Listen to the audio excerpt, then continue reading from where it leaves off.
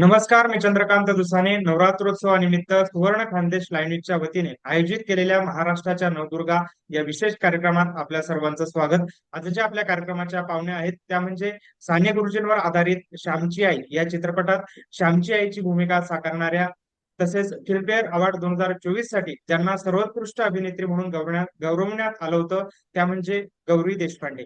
महाराष्ट्राच्या नवदुर्गा या विशेष कार्यक्रमात त्या आज आपल्या सोबत आहेत. पण त्यांच्याशी संवाद साधूयात. मॅम, तुमचं सुवर्ण खानदेश लाईन्स मध्ये मनापासून स्वागत आणि सर्वप्रथम तुम्हाला नवरात्रोत्सवाच्या खूप खूप शुभेच्छा.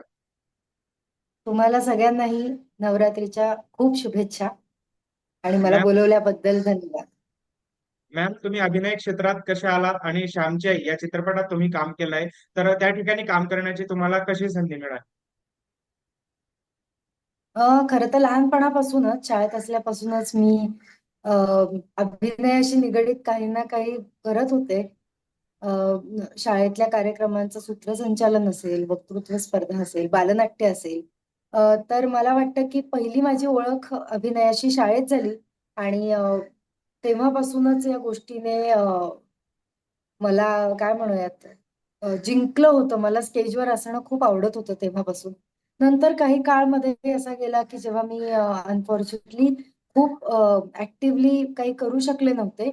पण पुण्यात आल्यानंतर मात्र मी परत अभिनयाला गांभीर्याने घ्यायला सुरुवात केली आणि मग अभिवाचनाचे वेगवेगळे कार्यक्रम करत कॉलेजमधल्या एकांकिका स्पर्धांमध्ये भाग घेत एक एक टप्पा काय म्हणूयात आपण पार करत गेले. मग ऑडिशन्स वगैरे विषयी कळलं. मग ती प्रोसेस सुरू केली. श्यामची आई म्हणाल तर मला दिग्दर्शक सुजय डहाके यांच्या टीम मधून मेसेज आला होता की असा असा आम्ही प्रोजेक्ट करतो आहोत, चित्रपट करतोय आणि तुम्ही इंटरेस्टेड आहात का? तर मी अर्थात लगेच हो म्हणाले आणि मग माझी 3 टप्प्यांची ऑडिशन झाली. पहिले तर सगळ्यात आधी माझा आवाज या व्यक्तिरेखेसाठी त्यांना योग्य वाटतोय का हे त्यांना बघायचं होतं. म्हणून काही सीन्स माझ्याकडून वाचून घेतले गेले. त्यानंतर मला श्यामची आई या व्यक्तिरेखेविषयी म्हणजे यशोदा साने या व्यक्तिरेखेविषयी मला काय वाटतं, ती स्क्रिप्ट वाचून मला काय वाटलंय त्यावर त्यांच्याविषयी एक छोटासा लघुनिबंध लिहायला सांगितला आणि मग त्यानंतर लुक टेस्ट वगैरे झाली आणि मग या सगळ्या परीक्षा पास केल्यानंतर मग ती भूमिका मला मिळाली. त्या चित्रपटात तुम्ही काम केलं. काम करतानाचा तो तुमचा अनुभव कसा होता? काम करतानाच्या अशा कोणत्या आठवणी आहेत त्या तुम्हाला आमच्यासोबत शेअर करायला आवडतील? हम्म अ, अनुभव खूपच सुरेख होता. अ, प्रत्येक ऍक्टरला असा एक अनुभव इतक्या सुरुवातीला मिळणं करिअरच्या म्हणजे काय म्हणूयात, खरं तर पहिली फिल्म ही, तर डेब्यू फिल्मच ह्या पद्धतीची मिळणं, इतक्या चांगल्या लोकांसोबत काम करायला मिळणं हे फार मोठी गोष्ट आहे असं मला वाटतं.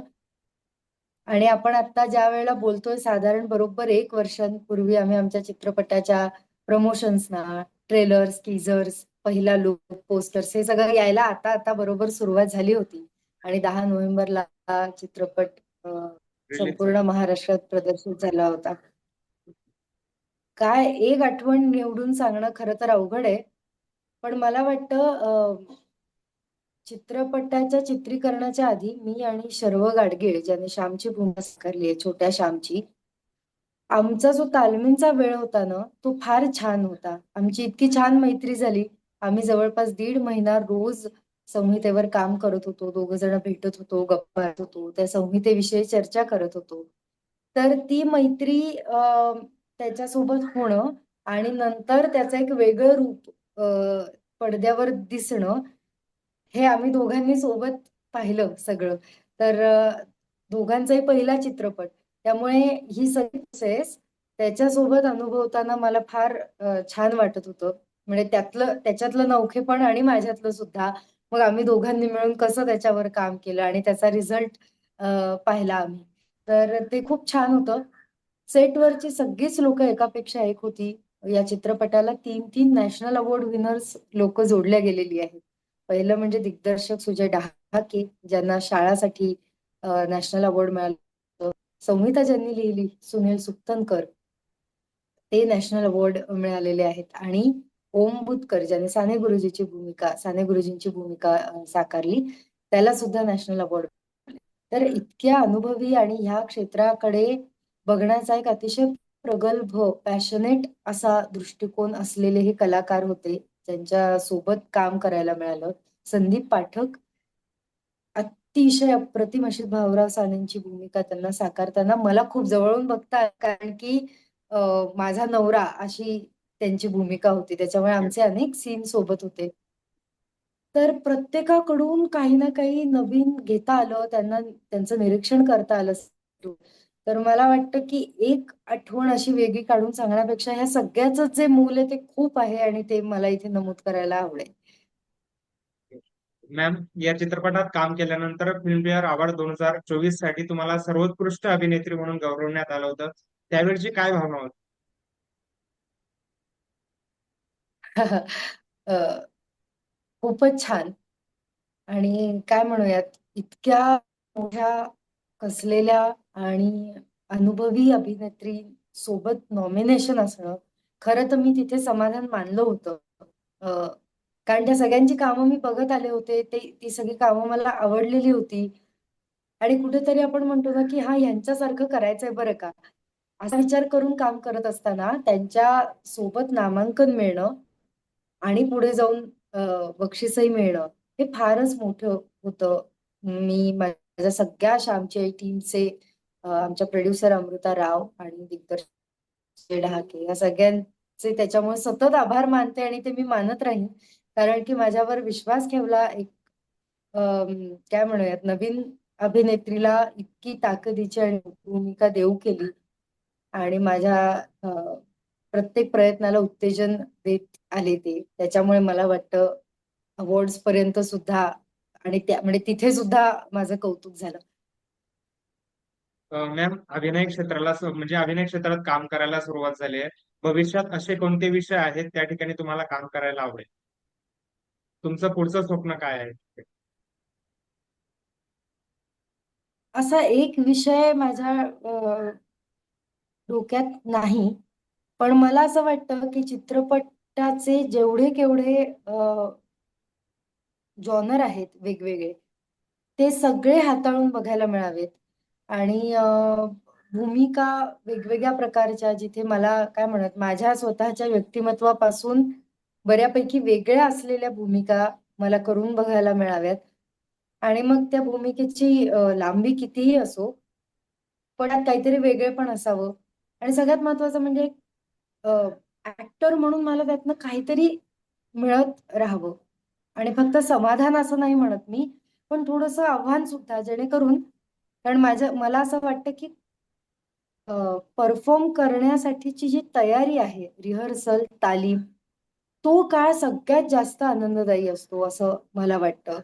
अ, तिथे खूप विचार करणं, वेगवेगळ्या गोष्टी ट्राय करून बघणं, हे जमत नाहीये, मग असं करून बघूया, असं नाही होतंय, आपल्याला काहीच का सुचत नाहीये किंवा त्या कॅरेक्टरचा अभ्यास असू दे, की काय केलं म्हणजे हे खरं वाटेल, ऑथेंटिक वाटेल हे साकारताना. तर ह्या सगळ्या गोष्टींविषयी चर्चा होणं, त्याच्या तालमी होणं हे खूप आनंददायी आहे असं मला वाटतं. सो ज्या भूमिकेसाठी किंवा ज्याही चित्रपटांसाठी ह्या गोष्टी जास्त घडतील त्या करायला मी अगदी आनंदाने तयार असेन असं वाटतं.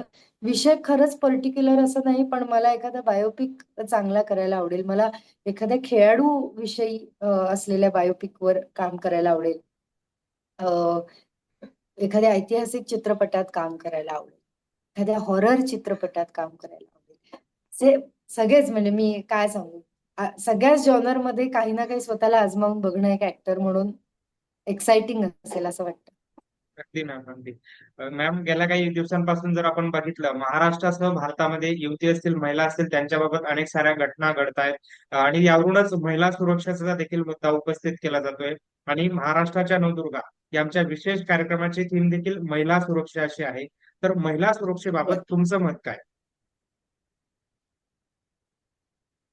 अ, ज्या घटना आपण बघत आलोय गेल्या काही वर्षात, ते खूप दुर्दैवी आहे असं मला वाटतं. खरं सांगू का? ह्या घटना या एका अतिशय वाईट आणि दुष्ट अशा पुरुषसत्ताक मनोवृत्तीचं शेवटचं टोक आहे असं मी म्हणेन. आपल्याला काय होतंय, आपण अशा काही घटना झाल्या की त्याच्यावर प्रतिक्रिया देणं, प्रतिसाद देणं, त्याविषयी चिडून बोलणं आणि त्यानंतर आपलं आयुष्य परत दैनंदिन सुरू होतं. पण याची जी मुळं आहेत, त्या मुळापर्यंत पोहोचण्याची खूप गरज आहे. आत्ता कुठे गेल्या काही वर्षात सातत्याने अशा घटना घडत आल्यानंतर हे कळायला लागलंय, की मुलीचं वय, तिचं शरीर, ती काय घालतीये, दिवसाची वेळ कोणती आहे, ह्या गोष्टींनी या घटनांवर खरंच काही परिणाम होत नाहीये. दोष हा फक्त गुन्हेगाराच्या विकृत मनाचा आहे, हे आपल्याला आत्ता कुठे पटू लागलंय. म्हणजे खरं तर ही संख्या खूप कमी आहे. कारण की तुम्ही सोशल मीडियावर जर कमेंट वाचाल, तर आपण किती भयंकर सोसायटीमध्ये राहतोय, हे आपल्याला लक्षात येतं. आपल्याला वाटतं की अरे नाही, गुन्हेगारांची संख्या एवढीशीच तर आहे. बरोबर आहे. प्रत्यक्ष गुन्हा करणाऱ्यांची संख्या तेवढी आहे. पण त्या गुन्हेगाराला प्रत्यक्ष अप्रत्यक्षरित्या जस्टिफाय करणाऱ्या लोकांची संख्या किती आहे, हे आपल्याला सोशल मीडियावरच्या कमेंट्सवरनं कळतं. तर मला वाटतं सगळ्यात महत्वाचं जे आहे शिक्षण, सगळ्या बाबतीतलं. म्हणजे मी फक्त सेक्स एज्युकेशन बद्दल बोलत नाहीये. एकूणच शाळेमध्ये काय शिकवलं जातं आणि इक्वालिटी म्हणजे काय, स्त्री पुरुष समानता म्हणजे काय, नक्की. याविषयी खूप चर्चा. आणि माहितीये, मला असं वाटतं की हे सगळ्या वयातल्या मुलांसाठी झालं पाहिजे. तुम्ही बालवाडीतल्या मुलांना पण त्यांच्या लेवलला जाऊन आपल्याला हे सांगता आलं पाहिजे की मुलगा मुलगी याच्यातला फरक, तो रिस्पेक्टफुल आहे तसा तो असायला पाहिजे. तुम्ही 5वीतल्या मुलांना परत सांगा, तुम्ही टीनेजर्सना सांगा, कॉलेजात सांगा. कारण की या प्रत्येक लेवलवरची चॅलेंजेस आणि उदाहरणं ही वेगळी आहेत. बालवाडीतली मुलं सुद्धा घरात जे बघतात ते खेळतात. मग मुलगा म्हणतो की नाही, मी तर तुला मारणार त्यांच्या भातुकलीच्या खेळात, कारण की बाबा आईला मारतात, हे ते बघत आलेले असतात. तर ह्या ज्या गोष्टी आहेत त्या मला खूप महत्वाच्या वाटतात, की एक प्रकारचा अवेअरनेस, आणि अवेअरनेस म्हणजे व्याख्यानं किंवा लेक्चर नाही. तुम्ही मुलांना प्रॅक्टिकल उदाहरणांसकट ते सांगायला पाहिजे. मला माहिती आहे याच्यावर माझा अभ्यासही अजून होणं खूप गरजेचं आहे आणि मी अशी दूर बसून सूचना देते अशातला भाग नाही. पण ते इतकं मूळ आहे. योनिशुचितेच्या भ्रामक आणि अत्यंत घाणेरड्या संकल्पना आपल्या अजूनही खोल रुजलेल्या आहेत. म्हणून अजून सुद्धा कोणत्याही प्रकारच्या शत्रुत्वामध्ये बदला घेण्यासाठीची पहिली गोष्ट ही शत्रू पक्षातल्या मुलीला त्रास देणं, तिच्यावर बलात्कार करणं, तिची छेड करणं हे आहे. हे का दर्शवतं की मुलींना एक ऑब्जेक्ट म्हणून बघितलं जाणं. तर ह्या सगळ्या गोष्टी आहेत ह्या. त्याच्यामुळे एक घटना होते, ते ह्या सगळ्या शेड्सच्या मनोवृत्तीचं एक अतिशय घाणेरडं एक्स्ट्रीम असं टोक आहे. तर या प्रत्येक टप्प्यावर, या प्रत्येक शेडला आपल्याला विरोध करायला पाहिजे. जे कोणीतरी ईव्ह टीझिंग होतं आणि ह्याबद्दलची जी एक सिंपथी आहे, संवेदना आणि सहवेदना, ती तयार करणं खूप गरजेचं आहे. काय होतं आता अप्रोच असा, पण परत परत तेच तेच काय म्हणायचं, आम्हाला पण आवडत नाही तेच म्हणायला, आम्हाला तर तसं नकोच आहे. तर त्याच्यामुळे तेवढं हेल्दी वातावरण आपल्याला समाज प्रोव्हाइड करू शकतोय का, आपण करू शकतोय का? आणि मी म्हणून आता एक कोणतं जेंडर दोषी आहे आणि एक नाही असं मी म्हणतच नाहीये.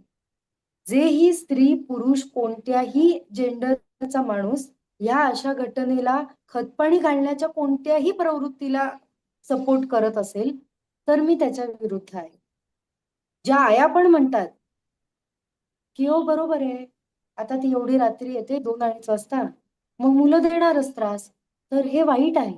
ती आई सुद्धा माझ्या नजरेत तेवढीच मोठी गुन्हेगार आहे. या सगळ्या गोष्टींमुळे मुलींचे पंख छाटले जाणं एवढंच होतं. आणि आपण काय करतो माहितीये, सतत मुलींना देवीची नावं, देवीचं रूप, पण नको सुपर पॉवर करायला हवी आहे. आम्ही एक माणूस, हाडा माणसाचे माणूस आहोत, एवढं आमच्याशी नीट वागायला पुरेसं नाहीये. का बरं जेव्हा की माझा मित्र 2 वाजता बाहेर फिरतो रात्री, तेव्हा ते शांतपणे झोपलेले असतात, पण माझे आई बाबा सतत वाट बघत असतात की ही पोचली का, ही पोचली असेल ना घरी. हे का? तर हे उपाय खूप काय म्हणूयात, एकांगी उपाय आहेत. आणि काय म्हणूयात त्यांना, ते लक्षणांवरचे काहीतरी आपल्याला झालं आणि ताप आला तर आपण 2 प्रकारच्या गोळ्या असतात. एक ताप कमी करणाऱ्या समजा, आणि एक मूळ कारण काय आहे त्याच्यावर काम करणाऱ्या. तर आता आपल्याला त्या कारणांवर काम करणाऱ्या गोळ्यांची तातडीने गरज आहे. जसं जसं आपल्याला वाटतं की नाही आता आपण बेटर आहोत, तर ते कदाचित 1% 2% आपल्या समाजाचा भाग बेटर या कॅटेगरीत असेल, कारण की परत ऍक्च्युअल गोष्टींपासून ते स्वतः खूप दूर आहेत. मी स्वतः सुद्धा तसं पाहायला गेलं तर एका अत्यंत प्रिव्हिलेज्ड वातावरणातून येते. त्याच्यामुळे माझ्यासाठी या गोष्टी दूर आहेत. आणि मग असं म्हणणं मला खूप सोपं नाही, पण माझ्या आई-बाबांनी तर काही भाऊ-बहीण असा भेदभाव नाही केला. So I am okay. मला नाही वाटत की आता काही स्त्रियांना त्रास होतोय. तर असं म्हणणं हे अतिशय माझ्या संकुचितपणाचं लक्षण होईल. कारण माझ्यासारखं म्हणू शकणारे फार कमी आहेत. सो आपण जे बघतो की नोकरीला जाणाऱ्या बायका पण घरी येऊन सगळ्या घराची जबाबदारी पण त्यांनाच घ्यावी लागणं. कारण की असं म्हणणं की नाही, तू बाहेर काही कर पण हे तुलाच करावं लागणार आहे. हे सगळेच या स्पेक्ट्रमचे भाग आहेत. तेव्हा आपल्याला वाटत नसतं की आपण एवढा मोठा गुन्हा करतोय. पण तीच मनोवृत्ती पुढे जाऊन तशी आकाराला येते असं मला वाटतं. हे कदाचित खूप मोठं विधान असेल, पण मला ते पटलंय. कारण की तुम्ही एखाद्या स्त्रीला असुरक्षित वाटतं, ते खूप वेगवेगळ्या प्रकारे वाटू शकतं. ते प्रत्येक वेळेला फिजिकलच असेल असं नाही. तुम्ही जेव्हा तिला काहीतरी येत नाही, तेव्हा तिला हसता. जेव्हा तुम्ही ते तसे वाईफ जोक्स WhatsAppवर फॉरवर्ड करता. जेव्हा तुम्ही सतत बायका कशा वाईट ड्रायव्हर आहेत, अशा पद्धतीचे जोक्स आणि मीम्स आणि रील्स पाठवता. हे सगळंच स्वतःला एका ऑथॉरिटेटिव्ह पोझिशनमध्ये आणण्याची लक्षणं आहेत. आणि ज्यांना हे सगळंच ओके वाटतं,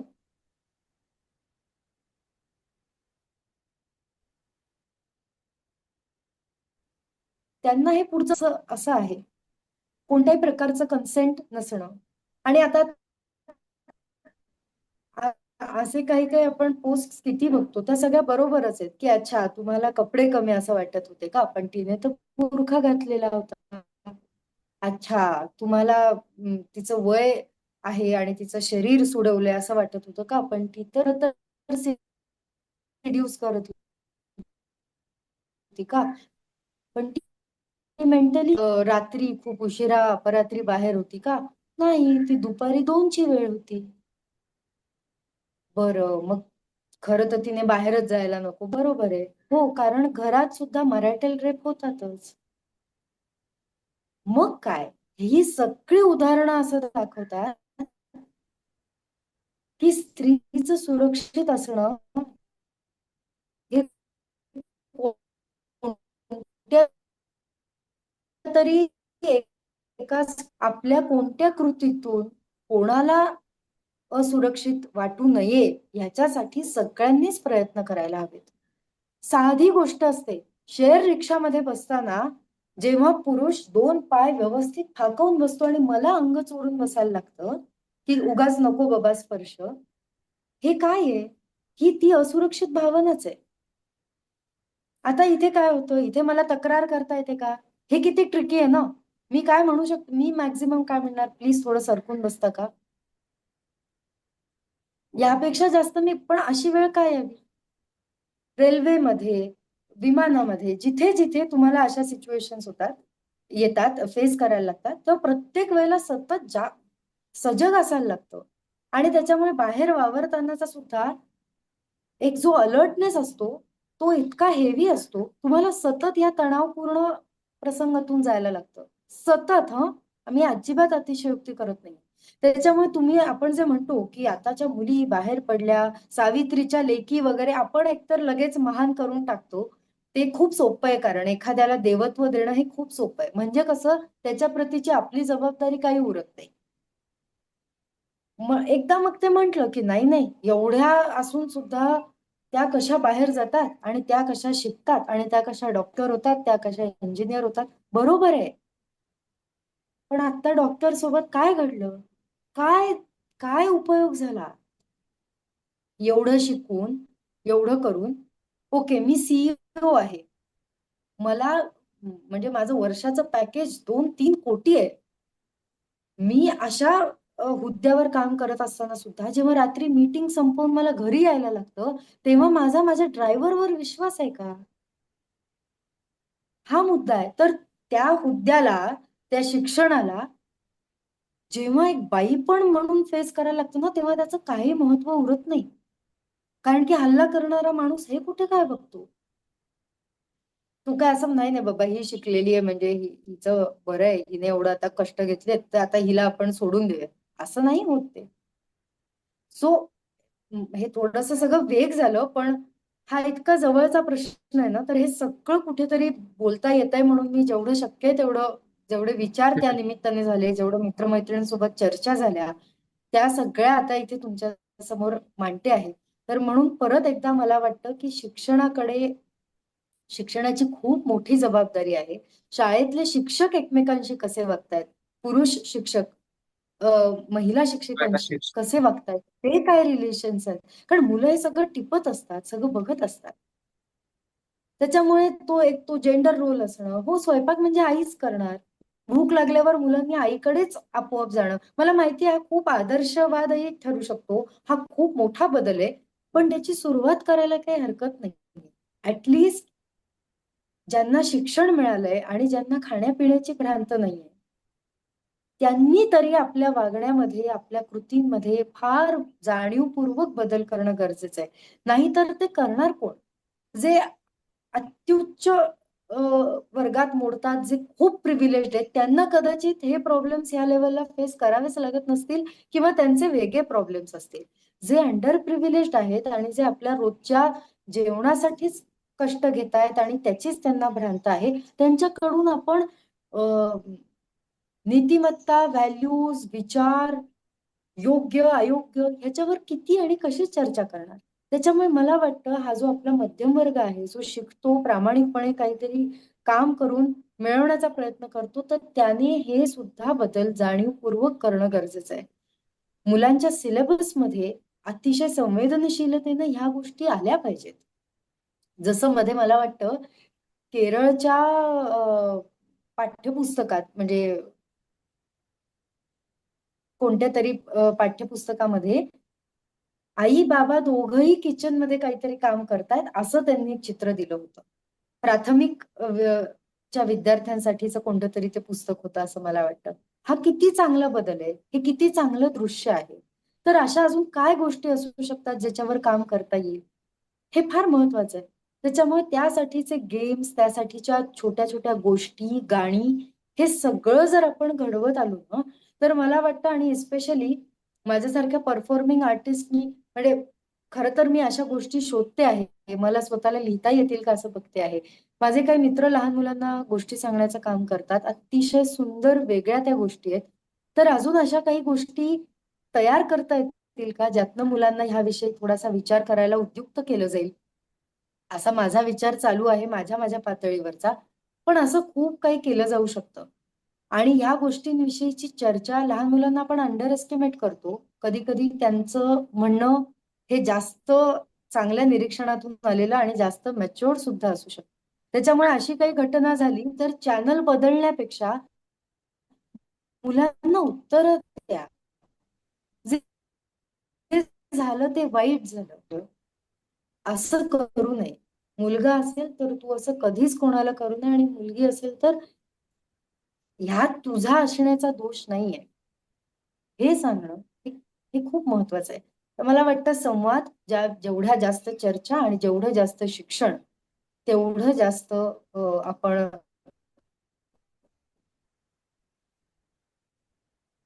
महिला सुरक्षेचा असं मला वाटतं.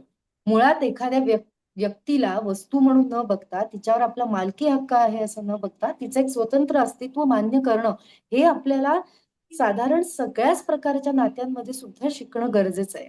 आणि मग त्यात जेव्हा ते स्त्री पुरुष असं येतं, तेव्हा तर ते जास्त महत्वाचं होतं. त्याच्यामुळे मला वाटतं आहे, हा प्रश्न महत्वाचा आहे आणि त्याच्यावर उत्तरं शोधली गेली पाहिजेत. मॅम, शेवटचा प्रश्न आहे. तरुण तरुणींना तुम्ही नवरात्रोत्सवानिमित्त काय संदेश द्या?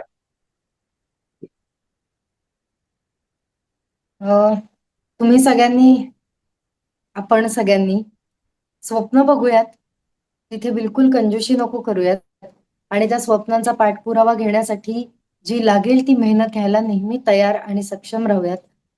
मुलींनी कधीही आपलं स्त्री असणं हे या स्वप्नांमधला अडथळा नाहीये, हे लक्षात ठेवूयात. वारंवार स्वतःला तसं बजावत राहूयात. आणि तरुणांना हे म्हणणं की कोणत्याही मुलीला ती मुलगी आहे म्हणून तिच्याकडनं काही घडू शकणार नाही, यावर विश्वास ठेवण्यापासून परावृत्त करूयात. सगळ्यांनी बरोबर एकमेकांना सोबत घेऊन चाललो तर अतिशय हेल्दी अशा समाजाकडे आपली वाटचाल होईल, जी खूप गरजेची आहे. कारण पुरुषसत्ताक पद्धती ही फक्त स्त्रियांना नाही तर पुरुषांना सुद्धा घातक आहे, कोणत्याही जेंडरला घातक आहे. धन्यवाद मॅम, तुम्ही तुमचा अत्यंत महत्वाचा वेळ आमच्या सुवर्ण खानदेश लाईन्यूज साठी दिला, त्यासाठी मनापासून आभार. तर या होत्या गौरी देशपांडे. त्यांनी आपल्या सुवर्ण खानदेश लाईन्यूज सोबत दिलखुलासपणे संवाद साधत महिला सुरक्षेवर परखडपणे आपलं मत व्यक्त केलंय. तुम्हाला ही मुलाखत कशी वाटली हे कमेंट बॉक्स मध्ये आम्हाला नक्की कळवा. तसेच सुवर्ण खानदेश लाईन्यूज या आमच्या युट्यूब चॅनलला कृपया सबस्क्राईब करा. धन्यवाद.